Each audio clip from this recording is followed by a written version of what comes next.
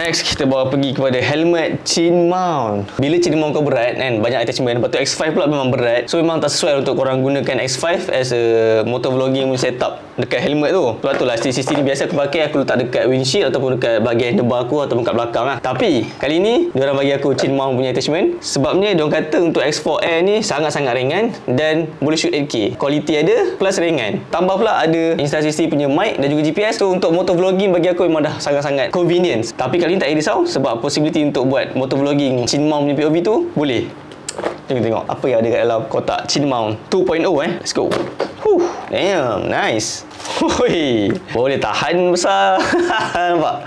Bentuk dia pun lain macam. Oh, okey, dia fleksibel. So of course dia satu helmet chin mount macam ni. Yang bentuk memang nampak sebenarnya agak besar lah bagi aku. Belah belakang ni dia ada bagi macam rubber getah yang tajam macam ni lah. Logo Insta360 kat situ atas tu. Sebelah tepi kiri kanan ni dia macam bentuk wing ni. Bagi aku dia fleksibel untuk memudahkan korang attach dekat semua jenis helmet yang korang ada. Lepas tu dia ada bagi kita adapter.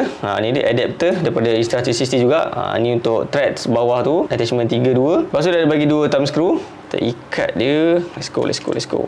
Mic punya mounting lah. So kat bahagian belakang tu, lepas kau ikat korang punya ni kat bahagian depan, helmet bahagian depan tu, so belakang ni korang letak benda ni dan korang boleh clip korang punya mic kat sini. So mic Insta360 aku ada kan yang GPS ni tu. Ni dia mic.